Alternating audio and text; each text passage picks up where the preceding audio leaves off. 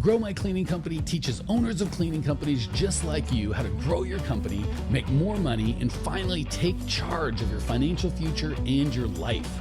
This podcast is about automating and creating systems that give you time and money freedom so you can grow like crazy without losing control. Since this is totally free, if you're getting tons of value, want to support us, and make sure that you get more of the good stuff, subscribe, rate, and review to this podcast today. Now, on to the show. Cleaning Nation, so excited to see you today. We are going to, the title of this is 4 myths to growing your, that are keeping you from growing your cleaning company. But if I had to be truthful, it should be titled is a rant. Mike rants about 4 lies that make him crazy that he hears day in, day out. So if you would like to kind of see, as someone that's coached and helped hundreds and hundreds of owners of cleaning companies, and hear like, okay, what is the worst? What's the most insidious lies that are untruths or whatever that people hear that absolutely stop you in your tracks? You're in the right spot, because we're going to go over, I just picked out, what are the 4 things if I could change in everybody that I talk to and coach that would kind of make them bigger, better, grow faster, and not have so much frustration? What would those be? And that's what we're going to talk about today. So the reality is, part of the problem is so many of you guys out there are, hey, Lorena, good to have you on the broadcast. We're playing follow the leader, but the leader's broke, right? I left this company. I sold my my Service Master franchise back in like 99, maybe 2000, I can't remember. It was almost 20 years ago. It was a long time ago. And it was so young and in business and didn't know a ton.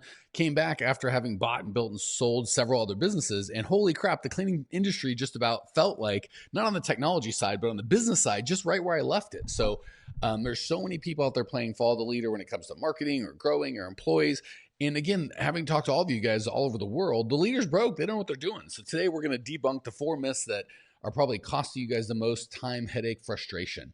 And the reason I'm doing this is I've seen these myths, these lies, just destroy companies, destroy owners who are trying so hard, working harder than ever, and wondering, why am I still enslaved in my business? Why am I still working so hard and still broke? So that is what we're talking about today.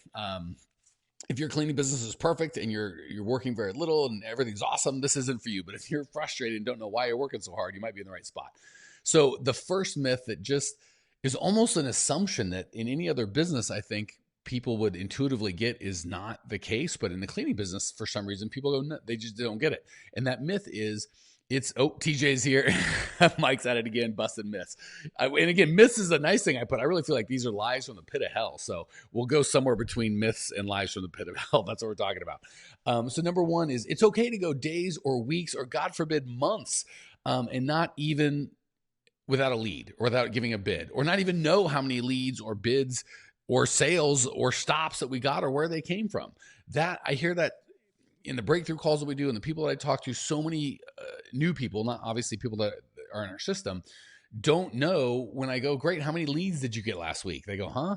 I didn't have any new customers. I started one new customer. I got a new customer. They don't know what a lead is. They don't know the distinction between a lead, a bid, and a sale. So you first and foremost have got to be very uncomfortable if you go days or weeks without a single lead, right? Without anybody reaching out to you or your company asking about your services. You should be super anxious. I see people go months without getting a lead and just kind of feel like, that's normal. That is not normal in just about any business. So you've got to know how many leads and bids and sales by source, right? That's the other thing, is people don't know where they come from, or they'll go, well, I get, everyone calls off the internet. And I go, great, give me some data, right? Do you have a special phone? Is your internet phone number unique so that if people calling that phone number, they came from the internet? Oh, I don't know about that. They just say they go from the internet. So it's really a mixture of, it's not okay to go days or weeks, and certainly not months without a lead. It's not okay to know where those leads come from. And most importantly, it's not okay to not know how to get more of them, right? You've got to have several, if we're writing stuff down, this is a writer down, you need several scalable, repeatable, dependable lead sources. I'm going to say that again because it's really important. If you want to grow your cleaning company, you need several repeatable, scalable, dependable lead sources. If you have gone more than a week, more than 2 or 3 days without a single lead, and that's typical, we got a problem, right? That means, and here's part of the problem. A lot of people go, well, I tried marketing, it didn't work, right? Which is just a crazy statement. Like, what does I tried marketing mean? And it didn't work. we've got to kind of change our paradigm, because the evil twin of it's okay to go days or weeks without a lead or not know where the leads come from or how many I get or if I get any. Its evil twin is, Jason says, open my eyes to knowing your numbers, just not just the books, but so much more. So true. So true. Some people, that's a whole different rant we're not going to talk about today, but some people, we ask about gross sales, net profit, net, gross margin, kind of basic numbers. Like, huh? So we absolutely need to have those, but you've got to, because it just kills me. I get people that want coaching. Like, how do I grow my business? I'm like, well, how many leads did you get? Huh? Where did they come from? What? So you've got to get this stuff. And the next shift is, because people have it's evil twin of it's okay to go days or weeks or months without getting any leads, is I grew my entire company by referral. Like they say there's some sort of badge of honor, some sort of pride, which really says I have no control over my company whatsoever. By referrals, like, is one referrer, 10 referrals, 100 referrers? Can you scale that? If you need to get double the referrals next month than this month, can you do that? The answer is, huh? What? No. Who? So yes, referrals are great. We love referrals. Please don't hear me knocking referrals. The problem is we don't track it. We don't know how we can scale it. We don't know how many referrals we got. And we don't know if the referrals are going to be enough to hit our goals, right? So we've got to get away from that. I don't spend any money on marketing. All my leads come in for free. Great. Are you at the level of revenue you want to be at? If the answer is yes, then I guess you're good to go. Well, not really, because you are good to go if you do want to stay at that level, right? But typically, if you want to get to the next level or grow, you need to have lead sources like you can dial up and dial down, right? When you're just stuck with, this month was a good month, 3 people got referred. Next month and last month and 2 months before, nobody got referred. Impossible to scale. So we've got to kill that whole belief of, the best way to grow a cleaning company is solely by referral. That's remember we talked about you need several lead sources. Referrals are fine. They're not super scalable. They're definitely repeatable, and they're not at all dependable, right? Unless you have a system to get referrals, you've got enough customers and prospects and previous customers where if you send this many emails or this many postcards, you'll get X amount of referrals. Then it's repeatable, scalable, dependable. But for most of you, it's none of those things. Remember, it's not who pays the least for a lead, it's who pays the most, right? And again, this all comes into the people this is all tied into the one evil myth of it's okay to go days or weeks or months without a lead, without a bid, without a sale. You're closed for business, just so you know. If every day you don't get a lead or certainly a bid for your customer, for your business, you're closed, right? Time and money are very different, right? Money comes and goes, as you know as well as I do. Sometimes we have good months, we got money flowing in, and then money tends to flow out, right? We got bills to pay, payroll, that sort of stuff. Time never flows in, it only flows out. So every day that goes by for your business is a missed opportunity that one of your competitors probably did get some leads and did get some bids and maybe did get some sales and you got nothing. So just every day you don't get at least a lead, picture your business with a big closed, sorry, we're closed sign out all day. So to get the leads, you've got to make sure that you have tracking, you know how many you got, where they came from, and you've got several scalable, repeatable, dependable lead sources. We're halfway in. I'm through one myth because that one's a big one. So if you're writing stuff down, it is not okay to go days or weeks, certainly not months, without leads that you know where they came from and without having scalable, repeatable, dependable sources. All right, myth number 2. I can grow a rock solid company without a rock solid employee attraction plan. They're separate. Some people get confused when we talk about, and feel free to jump in the chat if I'm saying something that makes sense or doesn't make sense. So many people kind of feel that that employees and customers are like 2 separate things, right? Like, oh, I get, I'm staff, so I'm good. Or and they run back and forth. Holy crap, I need employees. Holy crap, I need customers. They kind of just dance. And they don't see that they're connected. The reality is you can't grow if you're losing customers as fast as you get them. I was talking about this, I think, with Jason on our Millionaire Mastermind call yesterday. Before we start really growing, we've got to plug the holes in our boat, right? So if we got a leak, it doesn't make sense to start bailing out water if we still got the leaks. First you plug the leak, then you bail out the water. If you don't plug the leak, you'll be bailing water until the end of time. So same with one of the beautiful things, and this is a double-edged sword, it kind of ties into the first myth. One of the beautiful things about owning a cleaning company is we can sell them once and they stay hopefully forever, or for months, oftentimes years, sometimes decades, right?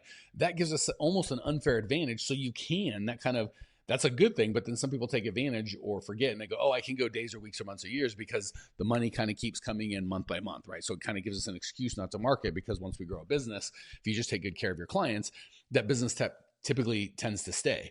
Unless and until you've got crappy employees that are losing the clients for you, and now you're really screwed. If you combine myth 1 of going days or weeks or months without getting leads with not having the right employees, so you're losing customers as fast as you get them, man, you put those two together, you are done. I don't know about you guys, if you've heard of food insecurity. They talk about kids that go to bed, not knowing where they're going to eat in America. I talk about employee insecurity, right? We go to bed not knowing if our employees are going to show up the next day or if we're going to be called on to clean. And God forbid we get another account, right? So many people are, I coach, they're one of two things. Like, I'm desperate for employees and I never know how to get enough. I'm always too short, but they're afraid because I don't have the systems or processes, which is what we provide, on how to get them. Or they're like, I've got enough employees. And I go, great. If you got a, 5,000 on the commercial side, if you got a $5,000 a month account tomorrow, how would you? Oh, I couldn't possibly. Right. Or what if this one employee quit? Oh, I'd be cleaning. Right. So they think they've got enough employees, but if one employee quits, they'd be cleaning. And if they sell a new job, they're screwed. And somehow that's enough employees. So you need to not only have enough employees, but you need to have a system and a plan that gets you all the employees that you need all the time. Really, really important. Because the problem is if you don't have this, you're never going to be able to grow because you won't be able to keep the customers you got, right? If you don't have good employees coming in, the bad employees tend to hold you hostage because they know that you need them way more than you need them. You need them more than they need you. Two, when you sell and you've kind of got this fear of who's going to clean this, I don't know. You got the stress. If you're smaller, you might go, am I going to clean this? I can't clean anymore. The worst part is when you're cleaning everything all day, every day. And if you get one more account, you just physically can't take it. So not knowing where your next employee is going to come from or that you've got your next employee coming will kill not only your ability to grow, but oftentimes, sadly, your desire to grow. It'll just suck the life and the energy right out of you. And then kind of the corollary to that is average or bad employees will by far be your biggest time suck and kill your business growth. So you will spend all of your time dealing with bad employees, coddling average employees that are kind of in charge because they know you can't get any more of them and you desperately need them. So that you spend all that time coddling them and you spend no time on growing your company. You can't even think about growing your company because you're barely handling what you got. So the second myth that we've got to kill is this belief that I can grow my company really fast without really having a put together employee attraction system, or more importantly, or more succinctly, one doesn't have anything to do with another, right? I've got my employees and how I hire and deal with them over here, and I've got my customers and how I attract and deal with them over here, and they don't really have anything to do with one another. Oftentimes, lots of people I'm coaching early that are, and I'll say, how does this lack of ability to get employees affect the growth of your business? And they're like,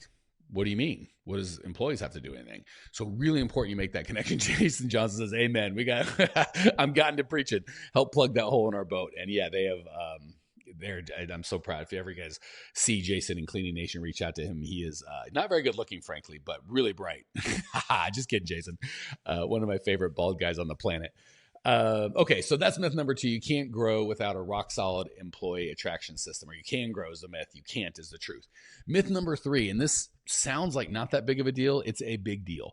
The belief that I can grow or I have to take all customers if I really want to grow. That belief will absolutely eat your lunch. That is one of the most insidious ones, because the first two went, hey, if you don't have customers for a couple of days, you're closed those days. If you don't have employees, you're not going to grow. People kind of start getting that pretty easy. But the one that they fight me on and don't get, and that's what makes them just eats their lunch, is I have to take all customers. If somebody calls and they've got money, I've got to take it. So let's walk through some customers that you wouldn't want to take. And not only are they not going to help you grow, that they're going to stop your growth or make you shrink. They're going to cost your growth. And this is the tough one, because I explain it and people kind of sometimes get it in their head, but not in their heart. And they make their decisions with their heart, and their checkbook is where it costs them. So you do not have to take all customers. And we're going to go for the worst. Customers that don't pay enough on time or at all. Customers that do not pay enough on time or at all. There's 3 ways customers can screw you on pay, and they're all deal breakers. So people that don't pay enough will just absolutely crush it. I don't want to share Jason's thing, but he was talking about the flip side of that, where raising prices can be magical for your business. But customers that aren't paying enough, I've actually literally seen people that their hard costs, their cost of goods sold, what the labor that they paid their employees exceeded the amount the customers gave them. So their payroll for this account was $800 a month, and they were only charging $700 a month. So they were literally writing a check for $100 a month for the privilege of cleaning, assuming the customer paid on time. God forbid they didn't pay. and assuming there's no overhead, which we all have. And people, I don't have overhead. Well, okay, are you watching this on a computer or listening to it on a phone? That costs money.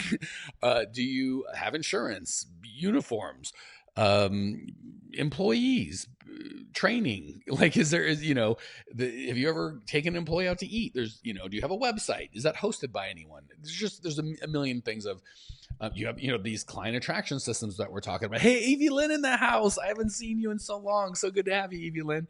I'm glad to have you, sister.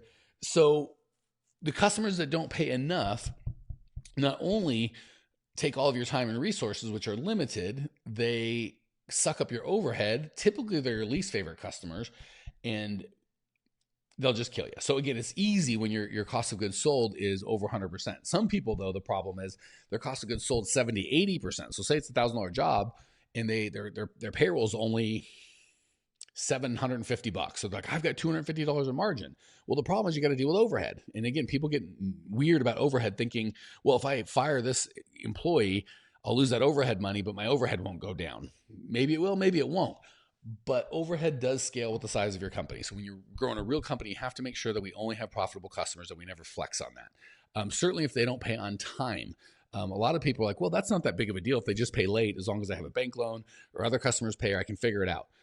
The problem is we are a tiny customer, or most of you guys are small companies working for large companies, right? Usually if you're doing $1 million, the people you're cleaning for might be doing tens or hundreds of millions of dollars, and they're trying to use you as their bank. But you're not a bank, right? A lot of times people will go net 30, net 60, and they'll owe you hundreds or thousands or tens of thousands of dollars, but you haven't done a credit report on them. You haven't decided if they're credit worthy. Like, banks wouldn't loan them a line of credit like that, but you're extending lines of credit to them just because you feel like you have to. So not paying enough will kill you. Not paying on time will kill you. And then what happens if they don't pay? Or what happens if they stop paying at all? And then you're like, well, now you're in that nasty spot of, do I discontinue service, so I stop throwing good money after bad, but then I'll never get my money? Or do I keep doing service so I'll try and get a crumb? And you're constantly begging. That will just absolutely put a chokehold on your business. So that would be not paying enough, not paying it on time. And then we talked about a little bit, not paying at all, right? Which is a huge, huge risk. If you're making 0 to 20% in profit and you do an account that's $3,000 or $4,000 a month, and say they don't pay their $3,000 bill, well, your profit was only $600. You have to work 5 months to make up for that one missed bill. Really, really, really insidious. So you've got to make sure that we only take customers that pay on time, they pay enough, and they pay for sure. Number 2, customers that don't appreciate the value you bring. So many of us are willing to get into a bidding war, and we're okay with that. And customers like, I'm just getting a bunch of bids. I want the cheapest price. I don't value insurance. I don't value training. I don't value systems. I don't value culture. I don't value anything. I just want the cheapest price. And we take them because we think that we have to. We only look for customers that value what we do. And if we don't take them. And that's kind of the next thing is a core values match, right? For us here, we're about having fun, making money, being real, and helping out. And there are definitely owners of cleaning companies out there that think that's stupid. That's fine. They can absolutely get served somewhere else. We're not for them, right? And typically people that match your core values value what you do, and people that don't. So those kind of go together. All right, the biggest customer that I'm constantly warning everybody out. Nobody ever listens. Well, I shouldn't say nobody, but it feels like nobody listens, is one-time cleans. Again, there's so many, I could do a whole broadcast just on the one-time cleans, but there's so many insidious problems that most of you guys don't see because you're in the business. First of all, like we talked about, you can't bill in advance, right? If it's like move in, move out, or some sort of construction cleanup, typically they're not going to pay in advance like every other client can. Second, it goes way up and way down, right? You'll have a company that's doing $20,000 one month and $50,000 another month. It is impossible to scale when you do that for a lot of reasons. One, you're not going to get any good talent, right? Myth number 2, you can grow a real company without a rock solid employee attraction plan. It's almost impossible to attract employees when the offer you have for them is, we have 10 hours of work or 12 hours of work for you today, tomorrow, the next day, and then nothing for a week. And then we only need you for 1 hour. And then, holy crap, we need you back over 12 hours. No one's going to tolerate that. So you get garbage employees. It's really impossible to scale. If you're doing 50,000 down to 20,000 over a year, what happens is, okay, so now you've got two ways to live, and they both suck. One is, I'm working all the freaking time. I think I'm making money, but when you really look at it, the cost of scaling and the receivables and all that, you just work extremely hard and you don't make any money. And then when you're slow and you're trying to scale down, you're trying to constantly not only move your head count up and down, but your overhead up and down. So you really don't make any money, and you work hard, it's awful. It is just awful. And it's not scalable. You just can't scale like that. So one-time jobs are absolutely customers that you don't want to take. That is a huge myth. And again, a lot of people are like, oh, I love them. My one-time, of course they love you, right? That's where all the newbies start, right? I don't think any of my millionaire mastermind, I'd have to check. The higher the level we deal with, the less they do one-time cleanings, because the newbies don't get it. They think it's easy cash. They're easy to get. But you know, just because they're easy to get doesn't mean that's the right client for you. So just to recap the first 3 myths before we go into number 4. Myth number 1, it's okay to go days or weeks or months without getting leads or knowing where your leads come from or how the next one's coming. Myth number 2, you can grow a real cleaning company without a rock solid employee attraction plan. Myth number 3, you have to take all customers. If they wave a couple bucks in your face, you have to take them. Myth number 4, this is my least favorite. For you bigger guys and gals, this isn't a deal, but for you smaller ones, they feel like I have to clean or be in the field, at least a little, right? So I'll get people that have been cleaning all the time and I'll go, is that what you started? No, I wanted to have a cleaning company, but I have to be in the field. Well, I have to be with my employees. I have to check on clients. They feel like they have to be in. The reality is most of the time they've given up on their goal, right? When people are just starting a cleaning company, rarely do they say, I want to clean all day, right? They say, I want to have a cleaning company that operates independently of me. But then they end up cleaning all the time. And 1, 2, 3, 4, 5 years in, they're still cleaning and they're slaves to their own business. Evie Lynn says, perfectly said, newbies take the one-time cleanings, pros don't. Abso-freaking-lutely right, Evie Lynn. So we have to be clear on what we want. If you want a cleaning job, go get a cleaning job. It's so much easier to work for someone else than it is to own a cleaning business. If you want a cleaning business, then run your cleaning business. Don't clean inside your cleaning business. That's a cleaning job. And so many people we talk to day in, day out, they start wanting a cleaning company, but they settle for a cleaning job. Really, when you're cleaning, and again, I know people are like, oh, you don't understand. I need the cash, blah, blah, blah. Again, if you need the cash, get a job. If you want to have a company, a business, you got to make sure that you're running your business. Cleaning is like eating the seeds instead of planting them, right? You got all these pumpkin seeds. You're like, oh, I'm hungry now. I'll just eat them because I need to eat. But then you have no pumpkins, right? If you just plant them and allow them to grow, you'd have pumpkins you could eat for forever, right? So we eat the seeds. We feed ourselves now, but we don't build a company. We plant the seeds. Maybe it costs money because we're having other people do the cleaning for us.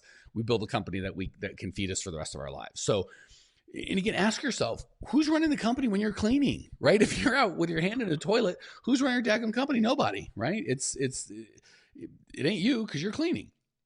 All right. Cleaning is the lowest paid job in your company, period, right? That usually the cleaners make the least. And when you're doing that, that's the money that you're earning.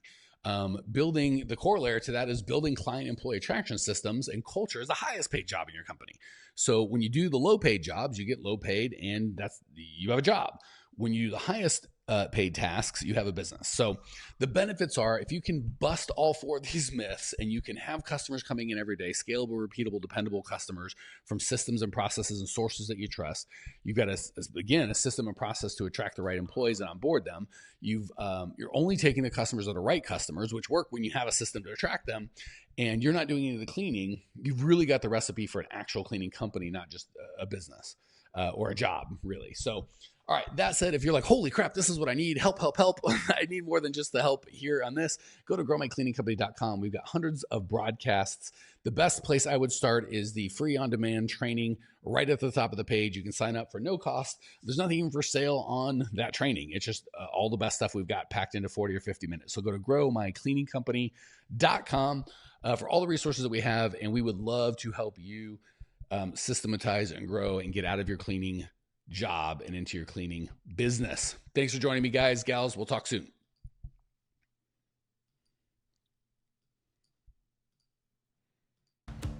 Thanks for tuning in to today's show. If you're fired up, ready to grow, and want to see if you have what it takes to work with us at Grow My Cleaning Company, here's what I want you to do right now. Go to growmycleaningcompany.com/talk. That's growmycleaningcompany.com/talk to book an appointment to speak with me personally.